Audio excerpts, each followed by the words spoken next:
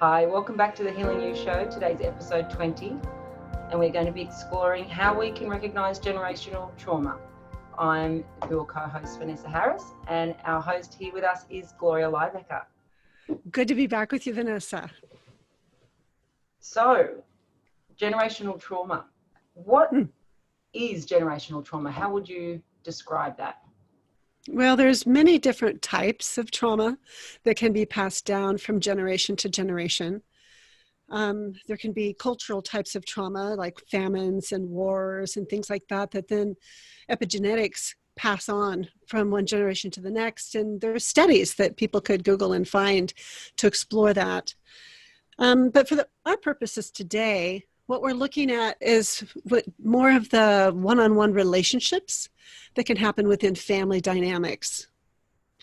And so perhaps there's been trauma in a family, and then that mom and dad, they have children, and because they don't know they've had trauma, they bring their children up in the same way they were brought up, which can complexify the trauma. And then those children grow up and then they have children, and there's just this pattern, there's this way of being that nobody questions. It's just the way it is. And so when you can run into that kind of rigidity of parameters of how we behave and how we show up relationally, you can start to see, are they actually relational? Or do they have some generational trauma that hasn't allowed that to actually be nurtured? So what I'm hearing there is that one of the big impacts of generational trauma is that it can actually impact your ability to relate to the other people in your family that you're connected to. And instead they're just operating in a set pattern, I guess, is what I heard you describing, that's being passed down and not questioned and not even recognized. No, it's just the way it is. In fact, you can meet like at gatherings of people, at family gatherings, where they just don't question the way it is. And then when you have someone who comes in and actually does start to question those things, I imagine that could be quite disruptive. Well, yeah, they might be outcast. That's not allowed. I've experienced that. Yeah, well, and so how could we maybe begin to interrupt patterns with grace to where it doesn't feel so confrontive, but to stay warm and curious? And so those are some of the things that when I've worked with clients and they're recognizing those patterns, then part of it is, well, how do I navigate this territory? Because they don't have the mental models that they need. Those haven't been grown within them to carry that within them to support them in the moments when they need it.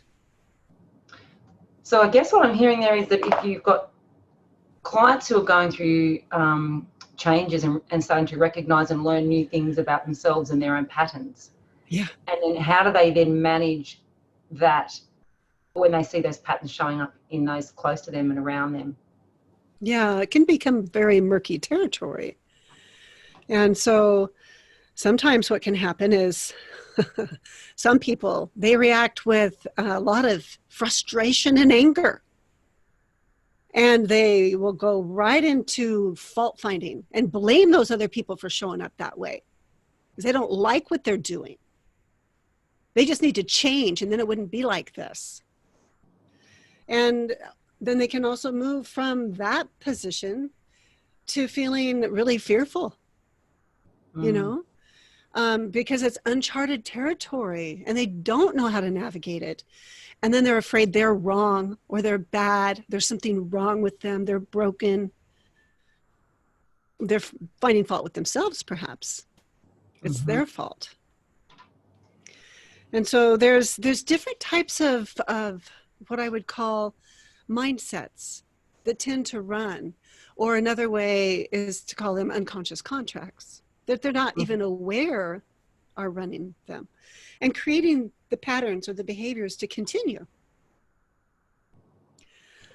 So the first thing that's most important is actually to begin to see the pattern without judging it as wrong. but to I think have the that's the hard compassion. part, is the without judging it as wrong. Because what I heard you describing before was the tendency to go into either blame everyone else, and if they all just stopped doing that, then I wouldn't be like this, and then everything would be fine, or blaming myself. But either Yeah, and if way, I blame myself, I tend to fall into shame right, or guilt. right. Yeah. And but it's still that it's blaming, and it's not recognizing it for what it is, with Well, compassion and without judgment. unless there's someone to accompany us to help us develop the capacity to actually see um, what it's like to be human sometimes, we become so identified with the pattern, we begin to think it's us. And we are not the pattern.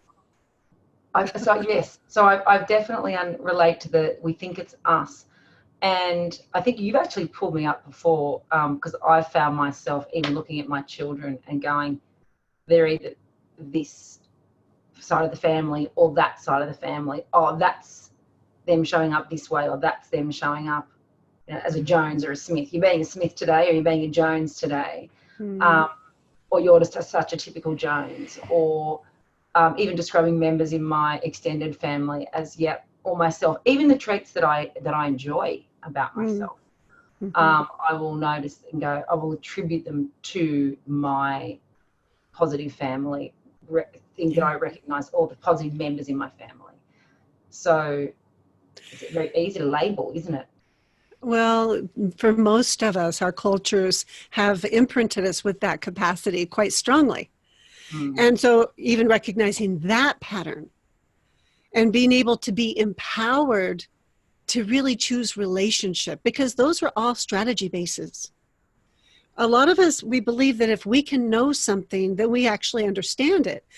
Where what's actually happening is when we believe we know something, we stop seeing it because we think we already know it. And we don't Mm-hmm. think there's anything left to discover. So if What I think happens I for you? know what's going on, Mm-hmm. or going on for you, or I know your pattern, or I know this about you, then Mm-hmm. I stop seeing any other possibilities. Exactly. And it puts you in a box. Even if you don't know it, maybe it's a triangle, a rectangle, but it's not who I really am, because it's the same concept of the map is not the territory. And when we can recognize that, we can stay open hearted. So the key is to stay open hearted and curious in order to engage with life instead of telling life what it is. And is the open-heartedness and curiosity, is that what you're referring to when you talk about experience rather Yeah. than knowledge? Yeah. So for me, it would be like wanting to have congruency between my heart and my mind, between my body and my mind. Because the body, where the heart resides, it's actually in that right orbital frontal cortex that brings all of that information up as a bottom up process. If we get stuck in our mind, it's top down thinking that is, it's very critical thinking.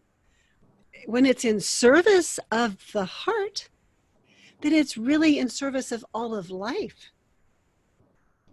Because I don't want to make one or the other wrong, but there needs to be a balance in there. And Mm. when we begin to recognize the patterns of our ancestors and even of ourselves, and we want to step into owning that, then we need to have a container that's really nurturing. So, for the best of all worlds, any infant that's born, I want that child to be born into a warm, nurturing family Mm-hmm. that's responsive and attentive and caring, and also has very clear limits around what's safe, so that there's an experience as they grow and develop that they learn through their experiences. They're not coddled, they're not like watched over so much that they can't ever fall down and go boom, but they get to learn through their experiences, and they grow more awareness through that. If everything's just done for us, if we're just told what to do and how to do it and when to show up and what everything, we don't learn how to think for ourselves. So a lot of it is questioning, I guess. To stay when, curious. yeah, so what's going on? What's happening?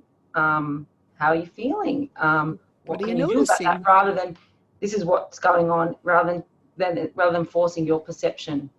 I Yeah. know when you were describing that, I've experienced when I actually sit in that curiosity with my children, it is quite amazing what they actually tell me. It is not something that I would have guessed. Well, even when you're first meeting somebody, maybe it's a new colleague that you're meeting. Maybe you're in a new workplace. Maybe you're just traveling somewhere and there's new people that you've never met. Well, just even based on how people dress and all these, those are the filters that we put over our ability to be in relationship. And when we can truly be present and develop our capacity to be present, there's so many new possibilities that emerge each moment. And So, so so what I'm one, hearing you describe there is not letting our perceptions and our judgments of the surface things get in the way of actually connecting and relating to somebody and actually seeing them for who they really are, not for your interpretation of all of yeah, the outside pieces. yeah, the superficial things. Mm, mm, Yeah. And I think part of it may be that if people haven't been nurtured to be able to have confidence in how to stay engaged in a conversation and to also have consent about where the conversation is going, that many people have been conditioned to just diminish themselves because somebody else wants to have that conversation and then they don't believe they have a choice.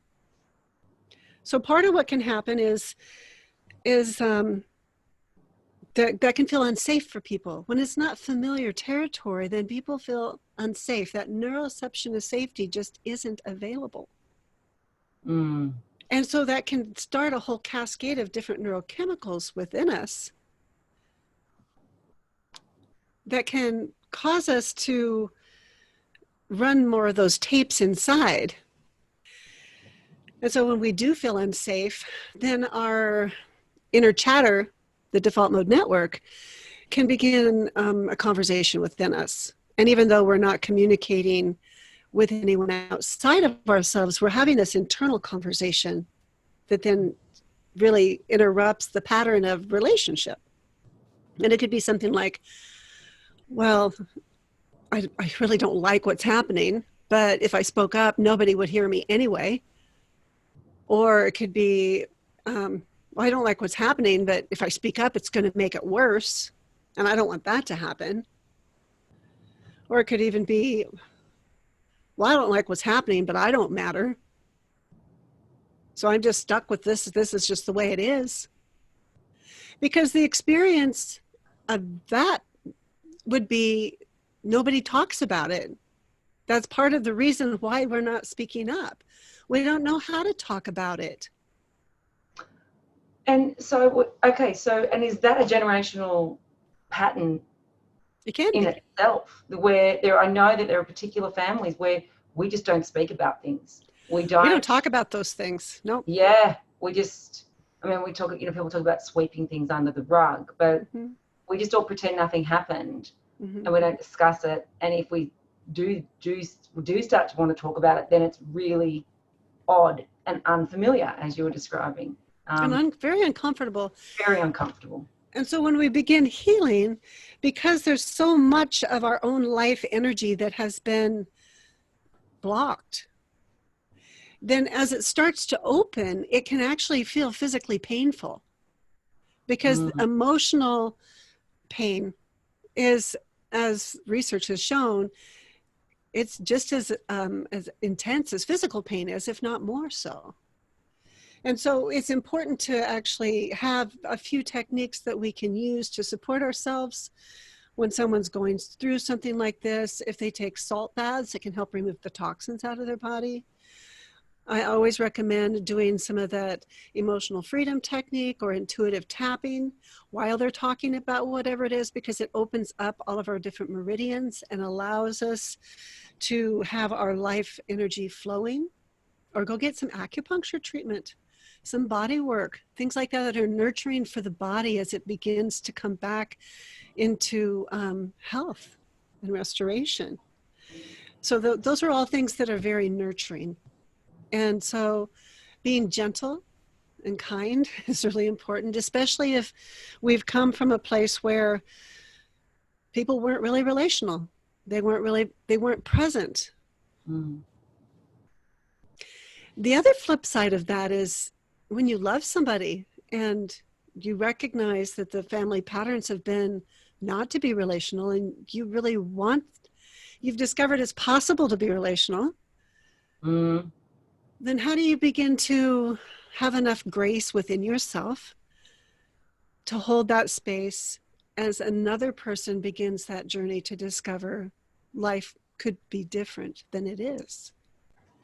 We can't force that to be another person's choice. We can make an invitation by the way we model it. And so it's a slippery slope. It can be. I was going to say, is it possible to model it too strongly? Because I know I've had the experience of wanting to desperately connect with people or be relational, and they just find my level of communication not comfortable. So yeah, they just want to keep things at a very surface level. They don't want to talk about feelings, even though they may talk about feelings themselves and express anger or frustration. If I go, oh, that sounds like you're really annoyed. No, I wasn't. No. Like, so yeah, I think there's a way of there's something around there for me having to really understand where they are at. Well, yeah, so you can begin to hear that in their languaging and by watching how they are in their nonverbal communication. Mm-hmm. And so when I've not experienced it being comfortable to talk about emotions, especially if they're going to be very transparent, if somebody starts to do that, then it can just feel too sweet or it feels like fake, right? It's like too little too late, right? I've never had sweets ever, and now you want me to eat a whole cake. That's going to be how it could feel. And it's just too much. It doesn't feel genuine. Mm-hmm. Or it can feel condescending, or it could feel, oh, what is the word I want? Inauthentic? Is it kind of like it feels inauthentic? Like, yeah, it's like, well, how could you be like that? You know, it's like, oh, that's not who I know you are, or that's well, not and what so I'm it can cause like a disgust reaction because that's not safe. It doesn't feel genuine.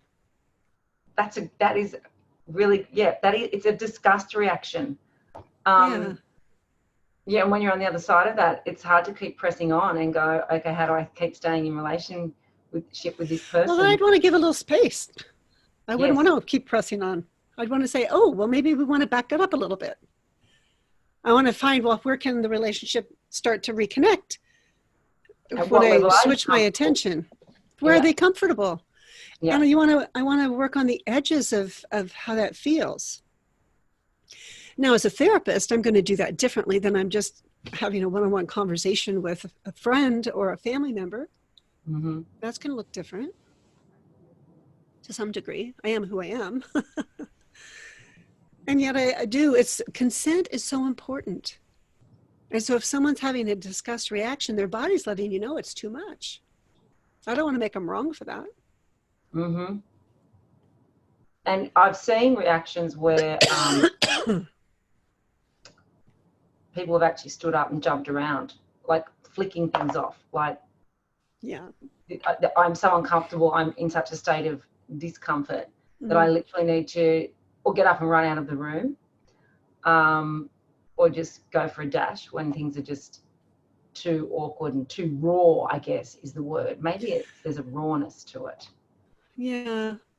Well, so I guess for me that brings up a tender place. I've worked with developmental trauma before, and there are times, I coach parents or grandparents to create that container that especially when they're out in public and their child has a need to move, to create the container that allows that to be all right. And when we can be that transparent and that authentic and that open-hearted and loving, people learn through that experience. Mm-hmm. Or when you see somebody that's really struggling, and the parent or the um,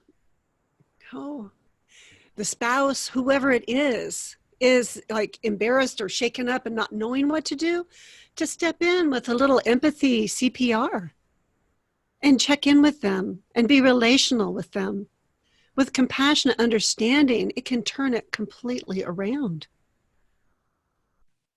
And those are skill sets that we need to develop in order to really stay in relationship when stress levels go up high. Yes. I think just even the smallest non-verbal connection when someone's child is having a meltdown or wanting to move or engage in a behaviour that a lot of people judge as not appropriate, just to let the caregiver or someone know that that's okay, or I'm okay with that, or I'm feeling that this is difficult for you. Like, just the smallest thing, they will pick up on that, and it's kind of like they just need that lifeline. Yeah, it is a lifeline. Because they get that there'll be 10 sets of eyes judging, and the one set that's not will be the one that stands out. Absolutely. And so what that does, when we are able to have accompaniment by someone that can really stay present and slow time down for themselves to be in that relationship, everything else can disappear. And then we can find that pathway, that link that starts to light the world back up again. But it's taking the time to go in and actually resource and find that connection, that is the most important thing, that heart connection. And people feel that. When you extend that as an invitation, not as like, you must accept this, but as an actual invitation that, there's no have to, but the authenticity of it will reach through. Mm-hmm. And even, the connection doesn't have to mean that there's contact. It can just, there's a connection that happens with the eyes, with the felt sense. And that's I like the distinction, the distinction between the invitation, mm-hmm. Because it is, once you've experienced that power of that empathy that you're describing, it can be a little bit intoxicating, and you really want to share it with other people. Oh yeah. But you can't just go shoving empathy on other people. Here, have something. It needs to be an invitation, and it needs to be on their terms. Exactly. Mm. That can happen with many things. People get excited. They want everyone to learn what they've learned.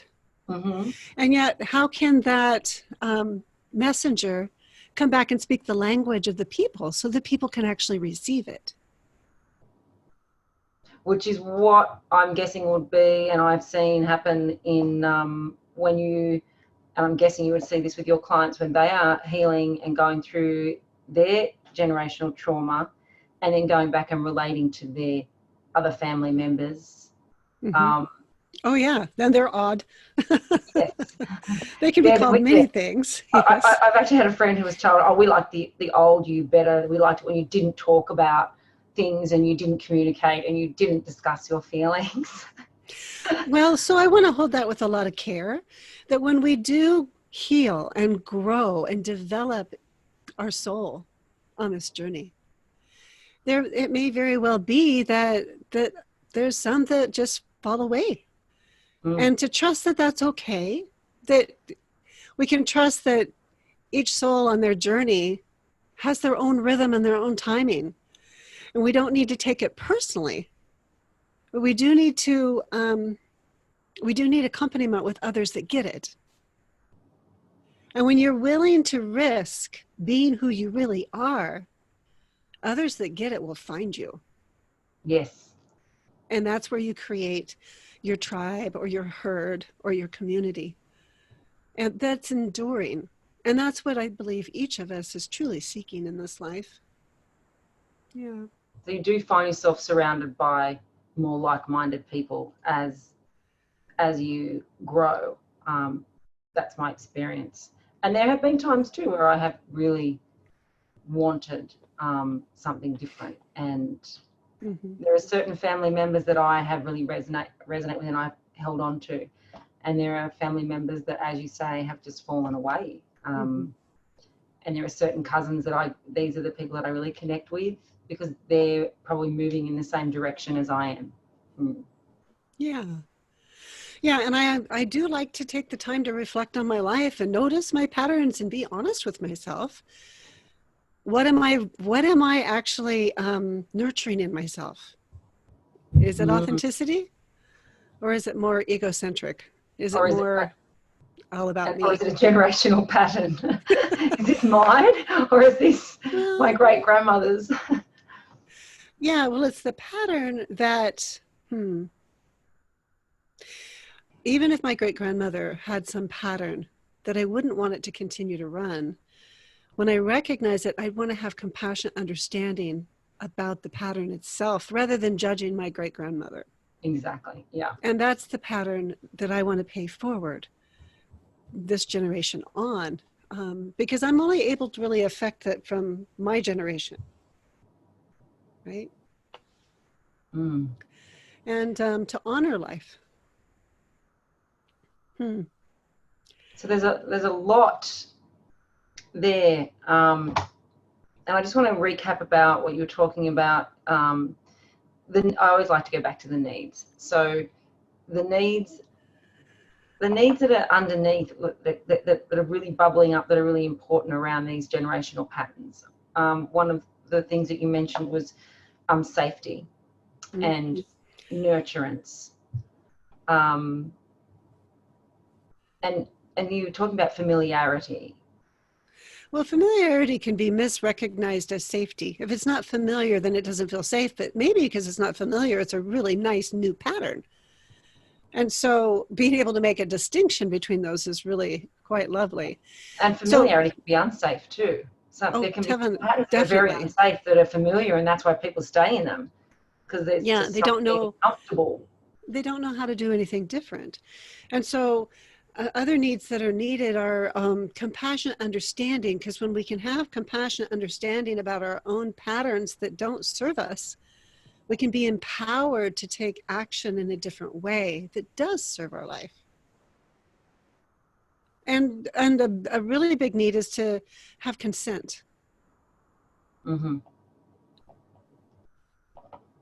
That's pretty paramount for connection. Because some of the generational trauma is because there was no consent.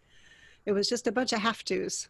Yes. And that was a very big part of old style parenting. It was just do as I say, do what I say, follow the rules and don't question. There was never any consent. Yeah, it was a cultural thing. Yeah. Yeah. So I like hearing those pulled out and just highlighted. It just helps me take away exactly, I guess, the core pieces there. So thank you for clarifying all of those. Absolutely. There's a lot to digest in that. And what I heard you describing was having that moment to interrupt things and being accompanied, and that's definitely been my experience when I am stuck in what I would call one of my generational patterns.